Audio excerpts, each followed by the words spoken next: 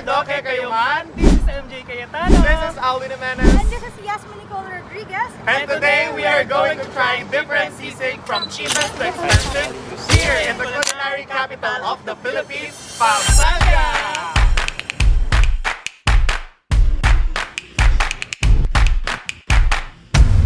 So now we are here in our first stop, which is the Cyclo. Of course, to taste their sisig, which is the most popular pulutan here in the Philippines.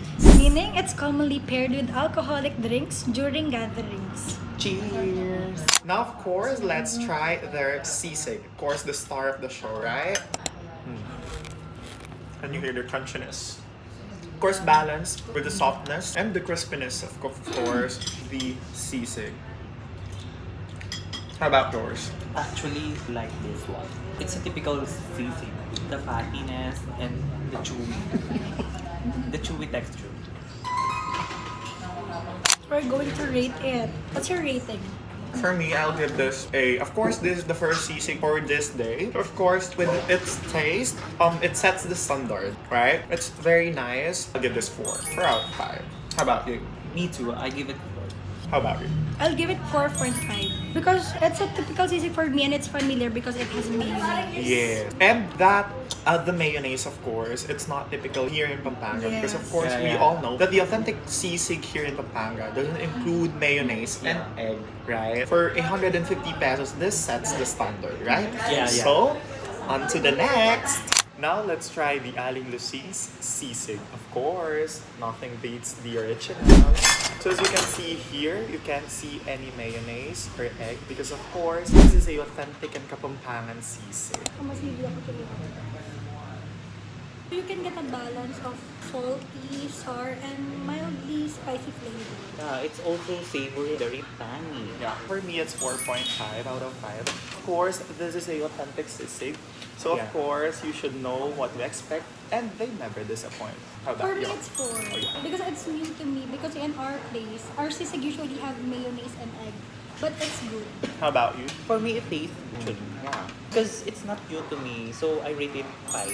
Oh, now on to the next. Now we're here on our last stop, which is the most expensive sisig that we've found here in Pampanga, which is the Barrio Fiesta sisig. Let's try it. The crunch, the check. I will rate it 5. And the chewy of the meat. The meat bit, it's so fantastic. So if you're going to rate it, I will rate it. I rate this 4.5. It's very chewy and meaty bit. If I'm going to rate it, I'll rate it 3. So it's good, yes, but the serving, if you're going to consider the price, for me it's not worth it for 499. But it's good. Of course, it's a authentic sisig, right? How about you? I'll rate it 3.5. Because for me, it's food.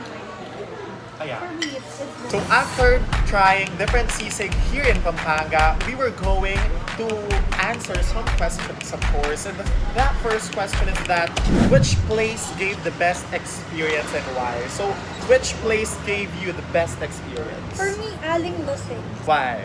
Because the moment you enter, you can feel that staffs are very accommodating. Yeah. How about you? And the fact that they are the authentic sisig here. In fact, Aling Lusing is called The Sisig Sisig Queen. Queen. Yeah. So, diba, right? So now, which needs improvement? For those 3 establishments, 3 sisig. For me, the Barrio Fiesta.